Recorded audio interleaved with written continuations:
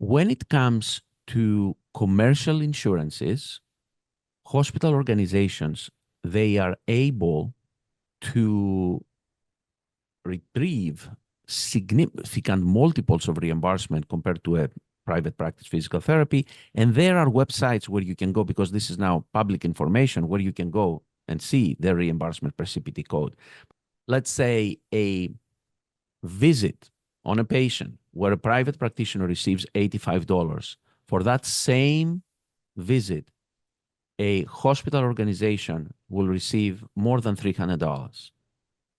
This is not only limited to commercial carriers. It extends also to Medicaid and Medicare Advantage. Not the straight Medicaid, not the straight Medicare, because the Advantage plans, they have also 3 or 4 times greater reimbursement with hospitals. So what happens now is large organizations in private practice who own 500 facilities, 600 facilities, 1,000 facilities, in various regions, they collaborate with hospitals, so the hospital rates extend to those private practice organizations. And they are able to have those significant rates.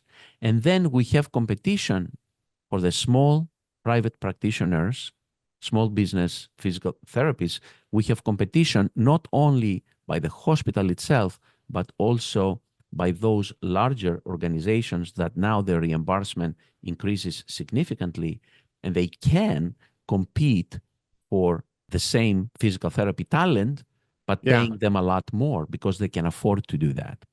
It's interesting to me that these groups are actually getting increased reimbursement, because that shows that there's a battle that's being won, of course, by the bigger companies, but they are winning. It really kills that individual who just dreams of hanging their shingle one day and having their own practice.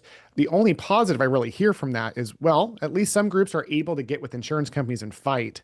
It just puts us in a position of like, well, how do we do that? Do you have thoughts on how we as a group? There are 3 things that somebody can do to increase their bottom line. They cut expenses, and they can increase revenue from their existing business, and they can add additional revenue from related businesses that can be incorporated within their organizations. Yes. Now, the very first thing, cutting expenses, is probably the easiest thing that somebody can do with only short-term result and low yield. Because what are you going to cut? Can you cut your rent or mortgage? No, because that is what you pay. You probably have a lease. You probably have a mortgage. It is what it is, right? At the end of the day, you have to have the space to see your patients. Are you going to cut salaries? How are you going to compete in the marketplace if you cut salaries? You're not going to be able to. No.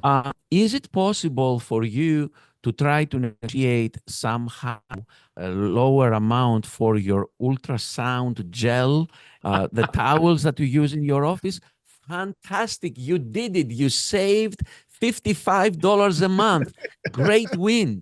Let's go have a beer. Right. So it's a low yield type of activity to decrease expense. Now let's look at increasing income.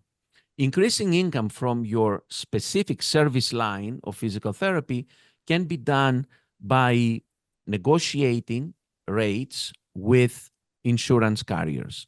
You may be able to join some IPA and join forces with other physical therapists, and can go and try to negotiate those rates to a relative success on your region.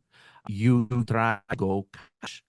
Also, in some cases where you can manage to get some reimbursements directly from patients. Or then you add the services that where you are able to receive much higher reimbursements, and those services can be a variety. You can have some cash-based services where they're unique in nature, where no other therapists offer those services around you, where you have an incredible marketing plan and approach, where you are able to recruit patients who are willing to pay $150 or $200 for that.